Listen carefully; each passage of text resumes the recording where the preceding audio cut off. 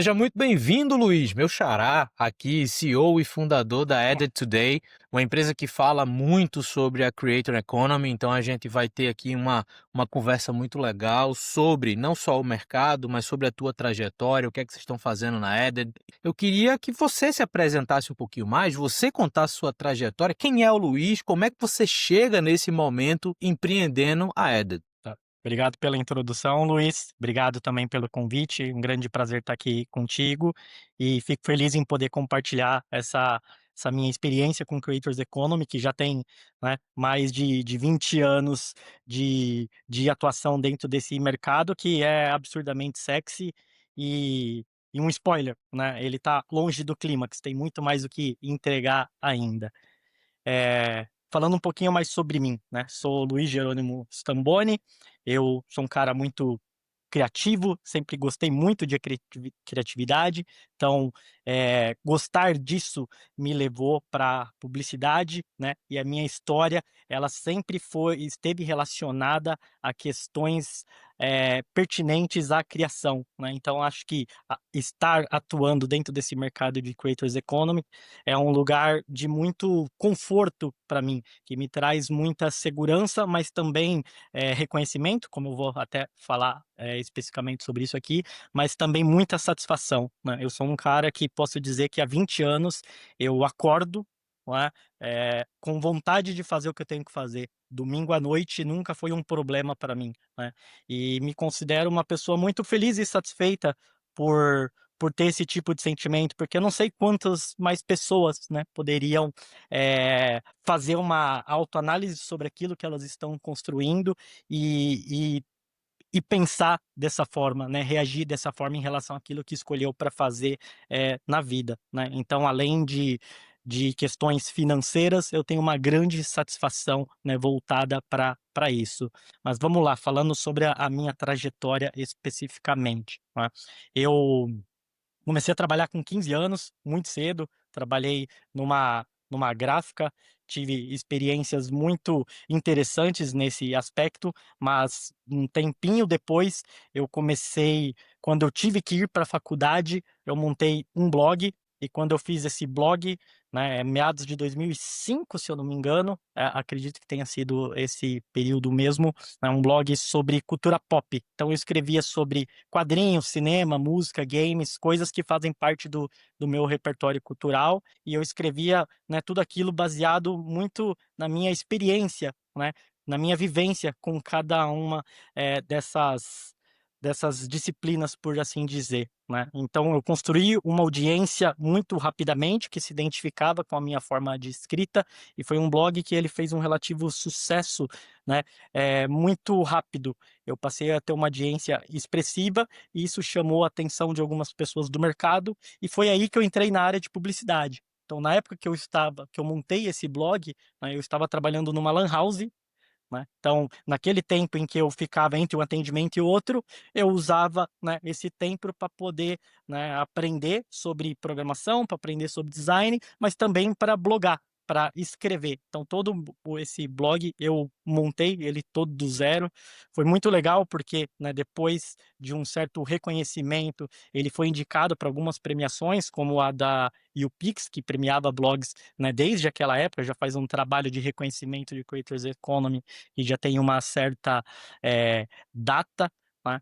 Então, esse blog, ele foi lido pelo dono de uma agência na época, que era a Riot, né? O Pedro Ivo, e aqui até aproveito esse espaço para mandar um grande abraço para ele.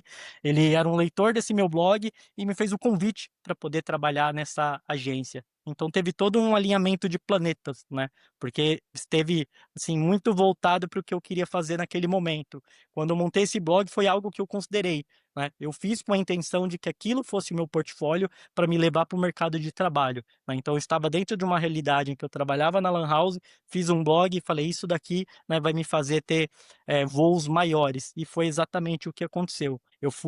Na época, o meu salário era R$ 430, eu pagava R$ 330 de aluguel, já morava sozinho, então sobrava R$ 100 para eu cuidar da minha vida, cuidar da minha família, que eu também dava manutenção. e fui chamado para trabalhar nessa agência em 2007, que eu entrei lá, em maio de 2007. Então já tem um tempinho considerável também. Não é?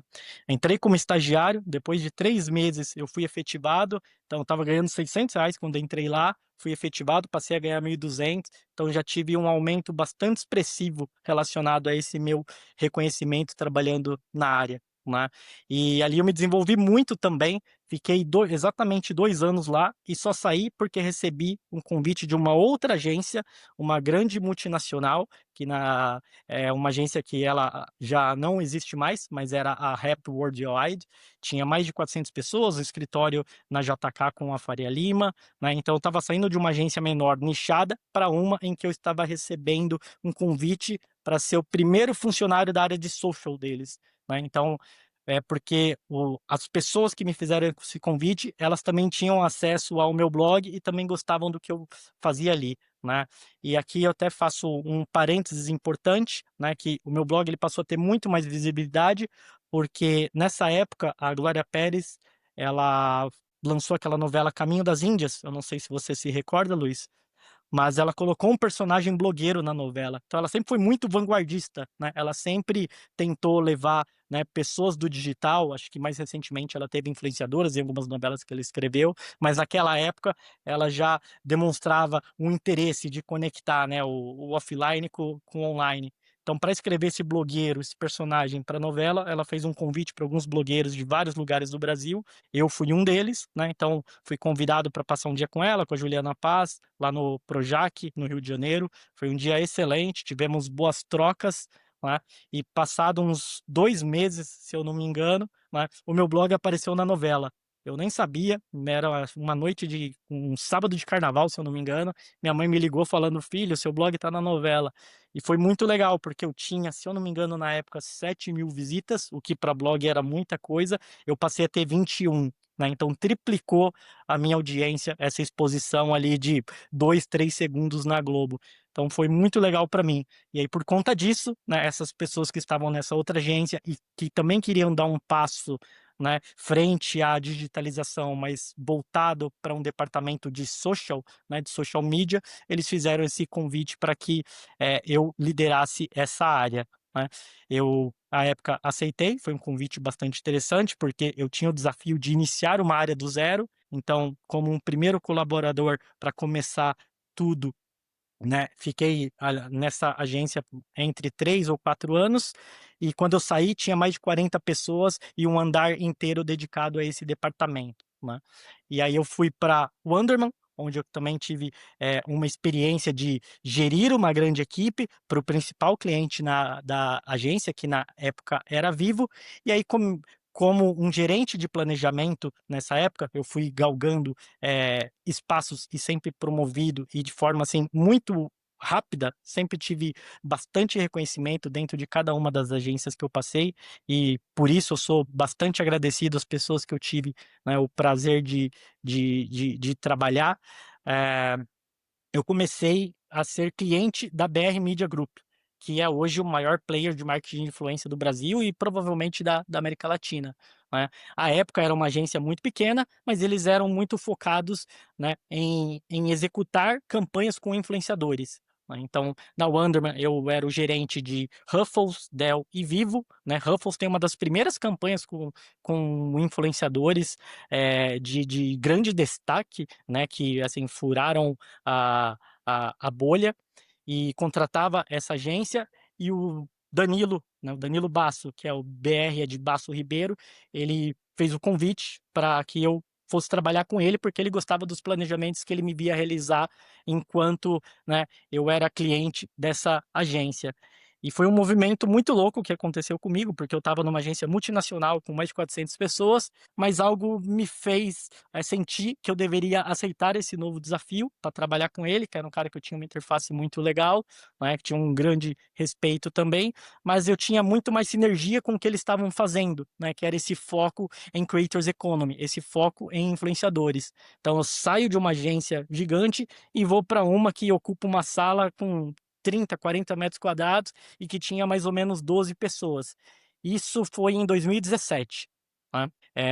E foi o melhor movimento que eu poderia ter feito, porque eu entrei na BR praticamente como um freela, eles ainda estavam estruturando muito da operação, né. Entrei como gerente de planejamento, depois da pandemia eu fui promovido a diretor, né, então eu era o primeiro funcionário da área de planejamento, fui promovido a diretor, comecei a desenvolver a área, que hoje tem mais de 50 pessoas só dentro do time de criação e planejamento da BR Media, mas tudo isso começou comigo lá atrás, né. Então, entrei como um gerente, fui promovido a diretor, posteriormente fui promovido a sócio. E aí eu fui um sócio que estava no contrato, né, social, não só tinha stock option.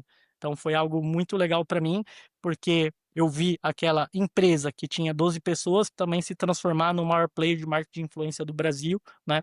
E que teve um exit muito satisfatório em fevereiro, março desse ano, numa venda para a Publicis, né? Para o Publicis Group, que é o maior grupo de comunicação do mundo, né? Então, fiquei 8 anos ali na BR Media, né? Me desenvolvendo, crescendo, sendo reconhecido, mas também criando campanhas para, né, as maiores marcas que a gente tem, não só no Brasil, mas a nível, né, global. E saí porque entendi que, havia encerrado um ciclo e eu queria, executar a minha tese, né, queria criar algo que tivesse a minha visão, o que leva agora à fundação da Edit. Cara, isso é muito legal, porque parece que tudo que você fez foi meio que construído para chegar aqui, né, e Exatamente. eu não quero dar um spoiler sobre o que é que vocês fazem na Added, que eu já olhei aqui, mas eu queria te ouvir sobre isso, mas as pessoas que estão assistindo a gente vão perceber o quanto a Added pega dessa experiência, como ela junta isso com elementos que fazem parte do contexto atual de mercado, para gerar valor em cima desse posicionamento da creator economy, frente às oportunidades e desafios que se tem nesse mercado. E eu acho, Luiz, que vale a pena a gente começar daí. Explica então o que é a Added, né? E aí, de novo, você pode até usar aqui um gancho dessa virada, né, para essa nova jornada empreendedora, mas posiciona quem está assistindo a gente sobre o que é a Added, e com esse posicionamento vai ficar mais claro quais esses aprofundamentos a gente pode trazer para correlacionar o negócio ao momento de mercado que a gente está vivendo. Também. Cara, você fez uma boa observação, é uma boa leitura, né, de tudo que a gente já discutiu até aqui, porque a Added, ela, assim, claramente se funde e se confunde com a minha própria história, né. Eu sou um cara que comecei lá atrás como um criador de conteúdo, né, passei pelo lado das agências, né, que trabalhavam também com criadores de conteúdo, até chegar em uma que só fazia isso, né, e que desenvolveu todo um grande ecossistema que ia do planejamento até a execução com campanhas, né, de grande escala e com grande número de influenciadores.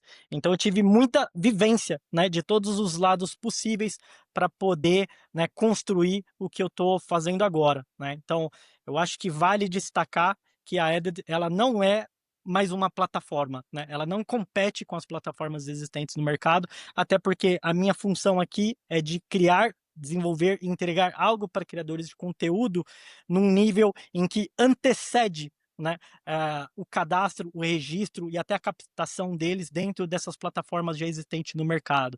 Então, quando eu olho para as que já tem hoje, inclusive, né, dentro da BR Media, que criou esse ecossistema, eles têm o MIS. Meu último cargo dentro da BR Media foi como CEO do MIS. Eu ocupei essa função por 2 anos. O MIS é uma plataforma em que nano e microinfluenciadores se cadastram para poder ter acesso às campanhas dos clientes, né, do MIS e também da BR Media, né. Mas quando eu olho para as plataformas, todas elas foram criadas e desenvolvidas para atender as necessidades das marcas, né. O que eu estou fazendo com a Edit é criar algo que atende às necessidades dos criadores. Então é uma camada anterior. A minha preocupação é de desenvolver uma infraestrutura, né, que soa como um copiloto, né, invisível para profissionalizar o mercado de creators economy no Brasil, né. Então, vou te dar um exemplo aqui muito né, diretamente relacionado à minha experiência, né? Um dos nossos principais clientes que contrata, assim, mais de 2.000 influenciadores por mês para trabalhar o guarda-chuva de marcas, né? Que todas as marcas que fazem parte, né, do guarda-chuva dessa holding, né? Então é sempre um número bastante expressivo de criadores. Por mais que nós tivéssemos mais de 200.000 influenciadores cadastrados, não significava que todos aqueles criadores eles estavam aptos para trabalhar com essas marcas, né? Porque muitos, por exemplo, não tinham nem empresa aberta ou nem emitiam nota fiscal. Então, o cara ele passou a compartilhar conteúdo a partir, né, de algo que ele ama, né? E aqui acho que é legal também falar de Creators Economy num cenário mais macro da coisa, em que a gente olha para a história da Creators Economy e relaciona ela à Passions Economy, né, que é a primeira vez na história que a gente tem pessoas vivendo a partir daquilo que elas amam, né? Ela evolui para Attention Economy, né? E hoje ela passa pelo período de IP Economy, que é o creator como propriedade intelectual, né? E o que que é isso? É a gente ter um Casimiro que acaba virando, né, um conglomerado de mídia, por assim dizer, e concorre com os grandes players do mercado que existem, né, estão aí desde sempre. Você tem uma Virgínia com a WePink, né, a Bianca Andrade com a marca dela, e uma infinidade de outros criadores que também desenvolveram suas marcas, né, que viraram um produto, uma propriedade intelectual, né? E a Added, ela olha naturalmente para tudo isso, ela considera toda essa história da Creators Economy,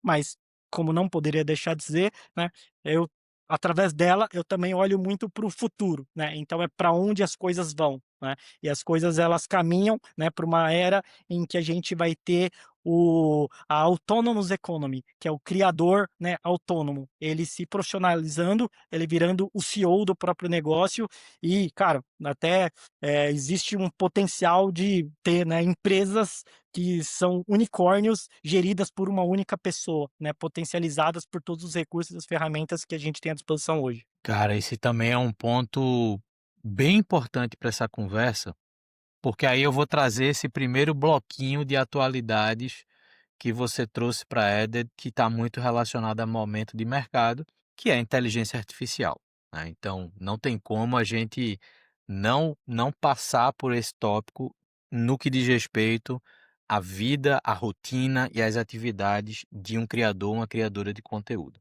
Só que eu não quero começar olhando primeiro para a rotina das pessoas. Eu quero entender essas pessoas enquanto mercado. É, obviamente a gente vê todos os dias redes sociais mudando, comportamento mudando, quem divulga mais, quem divulga menos, os algoritmos muitas vezes favorecem uns perfis, dificultam para outros, redes que estão aí se tornando eh eh, já com 2 décadas de mercado, como um YouTube da vida, que segue se reinventando, dando espaço para os pequenos, outra linha de criadores de conteúdo, e aí eu posso fazer um parêntese me encaixando um pouquinho nisso, que é o criador de conteúdo de newsletter, que voltou a ser, Uhum. um ponto focal, né. Eu brinco que faz acho que desde 2019 que o ano seguinte é o ano do podcast. A gente está em 2025 e todos os anos, o próximo ano é o ano do podcast, é o ano do podcast, é o ano do podcast. Hoje eu acho que o ano do podcast ele tá se encontrando novamente com o movimento de criação de conteúdo em newsletter. Muito por plataformas como essa que a gente divulga a Camelo, que faz um merge das duas coisas. Você tem aqui podcast, você tem aqui newsletter, você tem aqui formatos que permitem que um criador de conteúdo pequeno, sozinho, né, autônomo nesse sentido, ele consiga desenvolver estruturas para acessar pessoas com maior afinidade, acessar marcas que se interessam. Então, esse é um mercado muito dinâmico.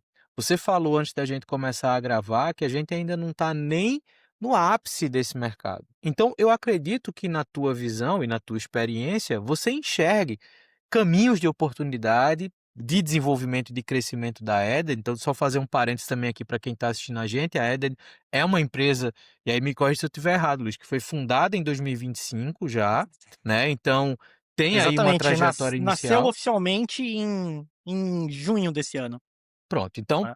estamos Mas o falando de produto uma foi empresa. produto foi para o ar no final de setembro. Pois é, então a gente está falando de uma empresa que está ali vivendo o seu primeiro trimestre de operação. E, claro, a gente precisa considerar, como sempre, quando a gente olha para uma empresa digital, o perfil do fundador, e o perfil do fundador aqui tem muita influência na capacidade de crescimento acelerado desse produto, dessa empresa. Mas eu queria que você trouxesse um pouco das tuas visões sobre oportunidades, mas também das tuas visões sobre desafios para chegar nesse mercado do criador e da criadora de conteúdo, frente à tua proposta, como você colocou, de desenvolver essas pessoas, de dar mais ferramentas, mais capacidade para essas pessoas e não só olhar apenas sob a ótica das marcas e das demandas de contratação. Então, traz um pouco dessa visão do mercado e quais aí os passos de crescimento que você já tem na mesa. Boa. Cara, acho que o mercado de creators economy, né, muitas vezes, como a gente vive muito isso, né, pode dar a entender que está saturado, que a gente não aguenta mais, falar sobre algoritmo ou sobre influenciadores ou qualquer coisa relacionada, né, à criação de conteúdo e o fato da gente estar hiperconectado, né. Mas quando a gente olha para números, para dados, né, a gente vê que é um mercado que não para de crescer. Para você ter uma ideia, né, o investimento, né, de mídia para creators economy global para esse ano, ele está previsto, né, para algo em torno de 250 bilhões. Né? O crescimento desse mercado até 2030 ele vai ultrapassar 520 bilhões. Né? Então, ele mais do que dobra de tamanho nos próximos 5 anos. Né? Quando a gente joga, né, uma lupa e tropicaliza, traz isso para o Brasil, né, a gente olha para a verba, né, destinada para mídia, esse número, se eu não me engano, de acordo com dados do Ibope e Kantar, ele está em torno de 80 bilhões para esse ano. Só que só 1,6 bilhão ele está sendo aplicado, né, em creators economy. Ele vai para criadores de conteúdo, né? Mas aí você pega entrevistas como do CEO da Unilever, se eu não me engano, que, né, ele já deixou claro que eles pretendem contratar 20 vezes mais influenciadores do que eles estão contratando, né? Então, se eles hoje investiam 20% do dinheiro de mídia em criadores de conteúdo, eles querem que isso já chegue, né, à metade de todo o dinheiro que eles têm, né, relacionado à mídia. Então, os desafios, né, as oportunidades são essas. É um mercado que vai mais do que dobrar de tamanho, né, pelos próximos 5 anos, mas os desafios são justamente esses, de profissionalizar esses criadores. Né, e é o espaço que eu quero ocupar com essa infraestrutura para poder preparar esses criadores para que eles possam, de fato, viver a partir daquilo que eles amam. Né? Acho que, de novo, né, isso se confunde com a minha história, porque ser um criador de conteúdo mudou a minha vida. Né? Eu era aquele cara que eu trabalhava num blog, né, na verdade, eu trabalhava numa lan house, criei um blog porque eu ganhava, né, R$ 400, mas eu queria alçar voos muito maiores. Né? E isso mudou a minha vida, né, de formas assim inimagináveis. Né? Isso me levou para lugares que eu não fazia ideia de que eu poderia atingir se talvez eu não tivesse, né, aplicado um certo esforço relacionado à criação de conteúdo. Então tem muita oportunidade, né, relacionada diretamente a todos esses números que não param de crescer, né, e também aos novos recursos que a gente tem à disposição hoje para poder se desenvolver. Né? Então o criador que ele não enxergar isso, ele vai ficar para trás. Né? Então, quando a gente também olha para outros dados, você já deve ter se deparado com um deles. Quando a gente pergunta para crianças, né, o que elas querem ser quando crescer, muitas delas hoje já não dizem mais advogado, médico, bombeiro, jogador de futebol. Né? Elas estão falando que elas querem ser youtuber, querem ser criador de conteúdo, querem ser influenciadores. Né? Então, se a gente olhar para as gerações que também vão vir, né, está no desejo delas se desenvolverem, né, como criadores de conteúdo. E o Brasil, especificamente, né, é um país de muita oportunidade, porque a gente está muito bem posicionado em termos de penetração de internet, em termos de tempo de uso, né, de criadores de conteúdo. Tem alguns dados que também informam que o brasileiro é o que mais se sente influenciado pela opinião de um criador. né? E nós somos o terceiro país no mundo com mais influenciadores, né? Nós temos 20 milhões de criadores de conteúdo, sendo que 2 milhões deles são extremamente ativos, são aqueles que produzem conteúdo de forma constante e diária. Cara, isso também é muito legal e me chamou a atenção um ponto que talvez pessoas que estão aqui se identifiquem. Eu converso muito com fundadoras e fundadores de startups, de uma forma geral, e uma coisa que a gente tem visto nesse mercado, até não que o que eu vou fazer de comparação tenha entrado em desuso, mas até um tempo atrás a gente ouvia muito um termo que era Product-Led Growth, o crescimento liderado pelo produto. Hoje, e isso faz muito sentido em marcas como, vou pegar marcas nacionais, um iFood é uma marca que impulsiona o seu próprio crescimento, um Nubank é uma marca que impulsiona seu próprio Né? crescimento. Grandes Então, referências. exato. Então as marcas já são posicionadas para elas, entre aspas, por si só, acelerar crescimento. Negócios menores, a gente tem visto um termo agora que é o Founder-Led Growth. É o fundador ou a fundadora liderando o crescimento. E isso tem acontecido muito forte com o posicionamento social de fundadoras e fundadores nas redes. Então, por exemplo, tem uma fundadora que eu acho que faz isso muito bem no Brasil, que é a Guta, da Purple Metrics, que fala muito sobre People Analytics. Então, ela, quando você entra no LinkedIn da Guta, você vai ver ela vivendo o que o negócio faz. Ela vive aquele mercado, ela vive aquele contexto e ela traz aquilo para. Se você olhar a Guta isolada da empresa, você provavelmente vai entender que ela é uma influenciadora. Só que, na verdade, ela está fazendo isso para que ela seja o motor de crescimento da Purple Metrics, que é a startup dela.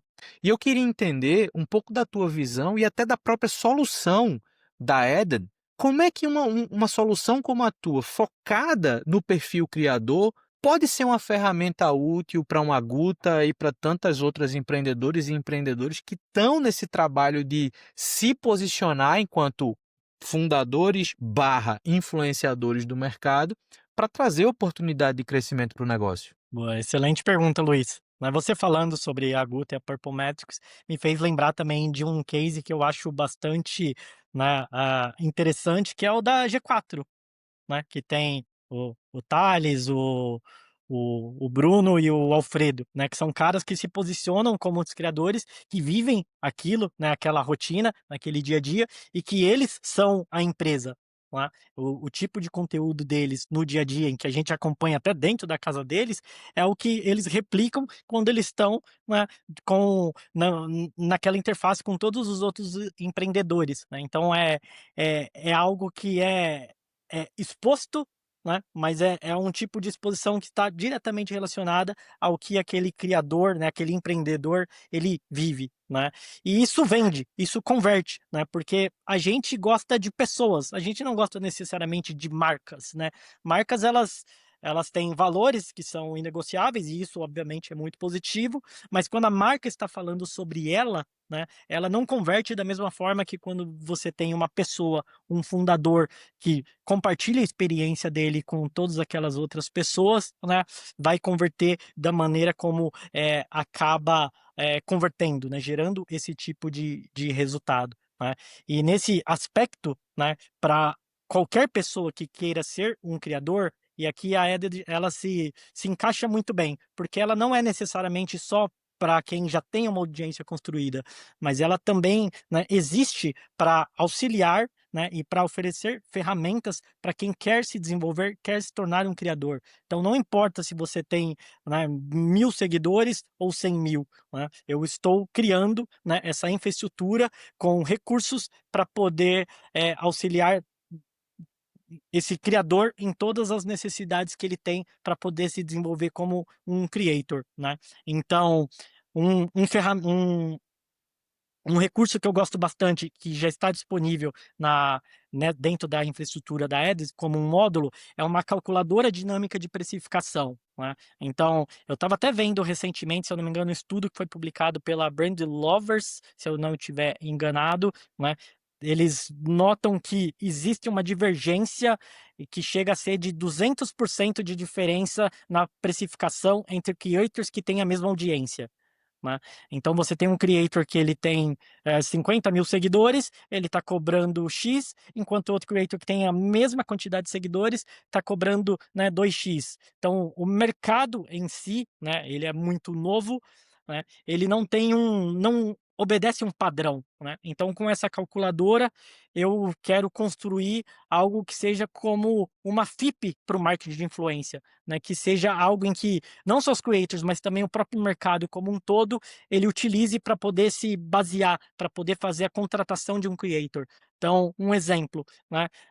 Eu tenho uma BMW X1 para vender, você tem outra, né? Não significa que é porque são carros da mesma montadora ou o mesmo modelo, os valores vão ser os mesmos. Vão ter variáveis que vão influenciar no valor desse veículo, né? Que vão do ano, da quilometragem, você tem opcionais, né? Se é um modelo topo de linha ou não. Então tem algum, tem isso precisa ser ponderado para ser qualificado, né, aquele preço pelo qual ele é comercializado. Então, dentro dessa calculadora, né, que tem assim 3 páginas de cálculo, eu desenvolvi uma fórmula, né, que utiliza, né, está totalmente baseada em A para poder devolver esse valor, né, que seria um valor justo para o criador, mas também para a marca. Então, esse é um recurso bastante interessante. Tem um outro que é um que o criador pode gerar insights. Então, ele seleciona uma área de interesse, ele seleciona um nicho e também o horário e a frequência que ele gostaria de receber aquele tipo de insight, né? A minha inteligência artificial, né, ela devolve tudo isso mastigado para esse criador, já adaptado à linguagem dele. Então, como que ele traduz aquela informação que é quente em conteúdo? Então, esses são alguns dos recursos que estão disponíveis, né, dentro dessa minha infraestrutura, que deve evoluir para algo que vai ser, né, gamificado. E aqui eu já dou até um spoiler, né? O que eu quero fazer não é necessariamente para onde ela vai, né? Obviamente, não é algo com interface de site, né? Em que você tem que ver vídeo para saber como que você vai abrir uma empresa ou emitir nota, né?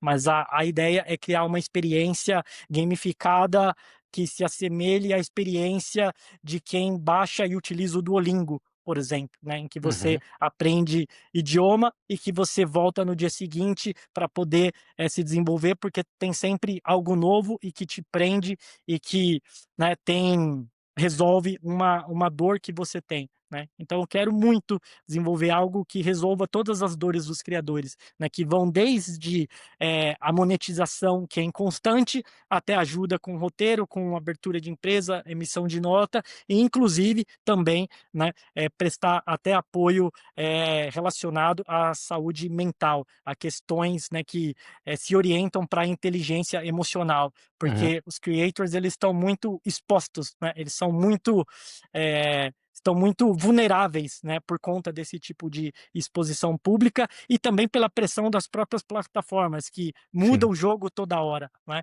Então imagina o quão desgastante não é para um criador ter que produzir conteúdo com frequência, porque senão, né, a plataforma não vai entregar o conteúdo dele para uma audiência que ele já construiu. Eu quero trazer 2 questões em uma, porque eu acho que é um bom momento para juntar 2 informações e entender um pouco mais o momento que você está com a Eder. Você lançou a plataforma em setembro desse ano, está começando aqui, usando um jargão técnico, está começando com uma primeira sprint do negócio, então começando a dar ali primeiros passos em mercado, passos que são acelerados pela tua experiência, mas isso obviamente também cria um caminho para você eventualmente fazer uma primeira captação de investimento, você trazer um recurso que também acelere o teu produto, que também acelere o teu posicionamento, e isso tem a ver diretamente com o teu perfil enquanto fundador e CEO. E aí as 2 perguntas que eu quero fazer em uma só é exatamente juntando esses 2 lados. Qual a tua visão sobre preparar a Eder para uma primeira rodada e o teu papel enquanto CEO nesse negócio? Como é que tu enxerga isso, a importância de você trazer toda essa carga de mercado, toda essa carga de experiência de anos trabalhando com criadores de conteúdo e sendo criador de conteúdo, em desenvolver uma plataforma como essa da Eder? Boa, Luiz. Cara, eu acho que vale dizer que eu tenho um repertório também como diretor de planejamento e como um sócio, né, um ex-sócio, no caso da BR Media, é que eu sempre fui o cara que montou as apresentações de pitch deck da empresa, né.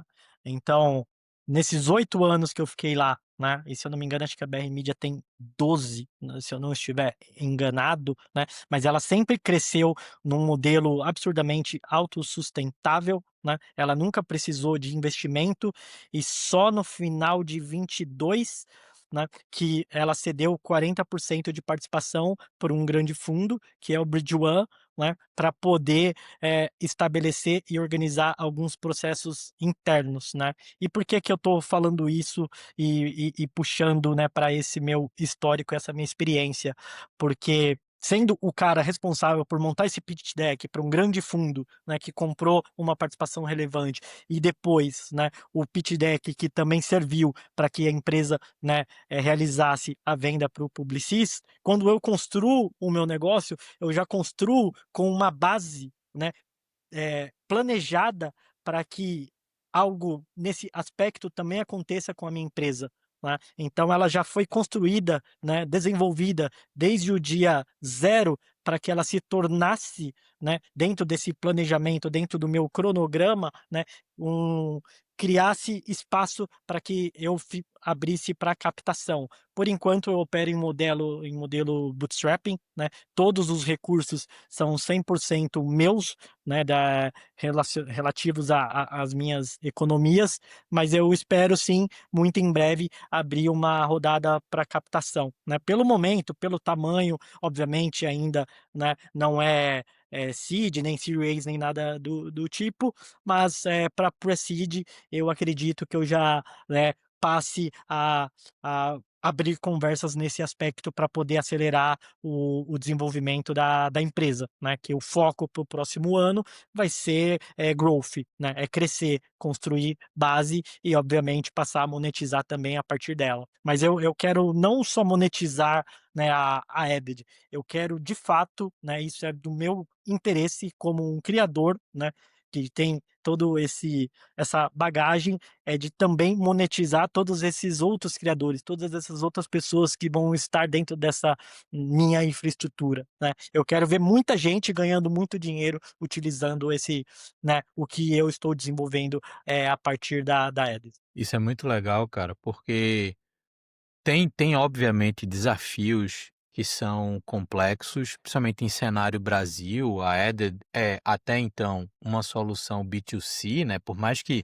muito criador seja uma pessoa jurídica. Business to creators, né, B2C. Exatamente, exatamente. E é muito daquela linha, né, por mais que muitos deles já sejam uma pessoa jurídica, mas 90% dos criadores de conteúdo que a gente tem ainda são figuras autônomas que a gente lida como B2C, né, enfim, profissionais autônomos que não têm uma infraestrutura empresarial estruturada por trás, né, montada por trás. E isso cria uma complexidade de crescimento, sim, porque você está dentro de um mercado de massa, você tem que chegar em muitos criadores para poder um modelo de negócio da Eder ter uma atração financeira. É muito bom você ter essa consciência de que o sucesso da Eder vem por consequência do sucesso e do crescimento e da rentabilidade desses criadores e criadoras ligadas à plataforma. Então acho que isso é uma percepção importante para o teu contexto e para muitos outros contextos de negócio, de pessoas que estão assistindo a gente.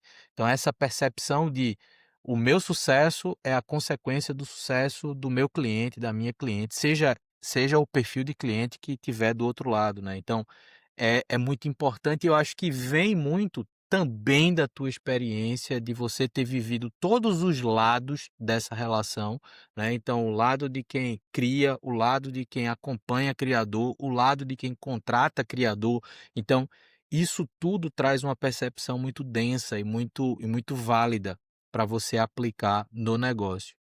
E cara, e para quem chega até aqui, para quem assiste essa conversa da gente até esse ponto, eu acho que fica uma lição muito importante aqui de trazer um pouco mais dessa experiência que a gente acumula ao longo da vida, que não necessariamente precisam ser as experiências mais incríveis do mundo, mas toda experiência que a gente tem, toda experimentação que a gente fez, se a gente puder aproveitar isso naquilo que a gente está empreendendo, naquilo que a gente está construindo, sempre os resultados eles vão vir de uma forma mais sólida, de uma forma mais consistente, porque está dentro daquilo que a gente já está acostumado ou acostumado a fazer. E eu acho que esse teu posicionamento, Luiz, isso que você está construindo, o mercado que você está olhando, traz sim um leque cada vez maior de oportunidades. Então, quanto mais a gente vê o mercado mudando, as dinâmicas de plataformas de apresentação ou de exposição de criadores mudando, isso traz oportunidades, porque é o processo natural, é o posicionamento que também precisa ser construído de uma forma mais inteligente, é você saber usar a inteligência artificial a seu favor. Então, você ter plataformas que integram inteligência artificial no processo de criação é importante. Essa é uma realidade. A gente já não está mais falando se uma inteligência artificial vai ter autoria sobre um conteúdo ou não. Ela já é um complemento da criação, ela já é um acelerador da criação. Então, as pessoas continuam sendo as figuras munidas de ferramentas mais apuradas, ferramentas mais adequadas ao trabalho. Eu acho que isso tudo tá muito próximo àquilo que você está fazendo e tem muito impacto. Fez recordar de algo e que eu também gostaria de destacar, né. Eu vejo muito a IA como, e a EDIT como um meio para um fim, né. Então não significa que ela vai substituir processos criativos que são, né, inerentes à nossa capacidade como criadores, né. Isso até, volta para o que eu disse no início, como uma pessoa que é naturalmente criativa, né. A IA não vai me substituir como quem cria algo, mas ela vai acelerar alguns processos, ela vai otimizar através de alguns recursos, né? Ela vai me fazer criar, né, talvez mais, né, talvez melhor, né? Mas não significa que ela vem para me substituir como um criador, né? Eu não acredito que eu esteja construindo, né, uma tecnologia para substituir o criador na sua forma mais pura, mais genuína, né? Mas eu acredito que Perfeito. estou construindo algo que vai acelerar o processo de criação dele e que vai ajudá-lo em tarefas que são até mais burocráticas, que são, né, chatas ou que seriam até mais onerosas se ele não contasse com um recurso como esse, né? E aí onerosas é em todos os aspectos, inclusive financeiros, né? Então é de criar recurso para que ele se potencialize, para que ele acelere e para que ele destrave todo o potencial dele como um criador CEO, né, um criador que é dono do próprio negócio, né, que ele entende que a criação de conteúdo, a partir do momento que ele passa a viver dela, se torna uma empresa, né, uma empresa sustentável e que inclusive também emprega muitas outras pessoas. Exatamente. Eu posso tirar por mim, por exemplo, hoje uma inteligência artificial ela pode até acelerar algumas coisas no meu processo criativo, mas não tem como substituir o fato de eu escrevo sobre a minha vivência com empreendedores e empreendedoras. Eu escrevo sobre problemas e É, oportunidades que a a gente IA não descobre no replica dia a dia. isso. Não tem como. Eu posso até pegar um pensamento meu bagunçado, sair de uma reunião muito legal com uma startup, a gente aprendeu um negócio que eu queria que outras pessoas também aprendessem, mas está muito bagunçado na minha cabeça. Eu posso até pedir para uma IA, organiza essa minha ideia aqui para que outra pessoa entenda. Mas não tem como a IA ser 100% proativa se ela não estava na reunião, se ela não coordenou aquela conversa. Então, existe muito desse fator de o criador, a criadora, sempre vai ter uma vantagem frente a uma IA, que é a vivência. Agora, óbvio, a gente está falando de mercado onde tem todo o perfil de gente, então vão ter pessoas que vão querer terceirizar para a IA um cenário totalmente virtual de criação que é muito fácil perceber que aquilo ali não tem vivência, não tem identidade, não tem conexão com a pessoa. Então, o fato de você se colocar nessa figura de criação é a mesma coisa do Luiz do blog, lá atrás. Cara, se você Exatamente. não assiste um filme, você não tem como escrever sobre ele. Se você não escuta uma música, você não tem como ter uma impressão sobre ela. Então, assim, e é a sua percepção, é a sua vivência. E isso trazendo até o paralelo que eu fiz no meio da nossa conversa sobre o Founder-led Growth, é a mesma coisa. Então, se você é fundadora, você é fundador e você quer ser a vitrine do seu negócio, você tem que viver o mercado, porque senão você não vai entender as dinâmicas, os detalhes que o seu mercado tem, e só vivendo dentro dele para poder você levantar essas questões e tratar sobre elas, né, e trazer para você essa audiência e, por consequência, ao seu negócio. Mas Luiz, pô, muito obrigado pelo papo, pelo tempo. Acho que deu para aprender muito contigo. Eu sou tendencioso, esse é um mercado que eu estou inserido também, então não tem como eu não gostar. Mas independente de eu gostar ou não, eu acho que você traz uma experiência muito legal. A Edit está começando a entrar no mercado com uma cabeça muito racional por trás, com um posicionamento muito pé no chão. Eu acho que isso é muito importante no mercado, em qualquer um deles. Te agradeço, Luiz, pelo tempo e para quem assistiu a gente até aqui, a gente se vê no próximo Papo de Founder. Tá. Valeu! Eu que te agradeço, Luiz. Um abração, muito obrigado pelo espaço e oportunidade. E espero, né, ter dividido aqui um pouquinho da minha experiência com outros empreendedores, outros founders. Muito É isso aí. obrigado, um abração. Valeu. Valeu, cara. Valeu.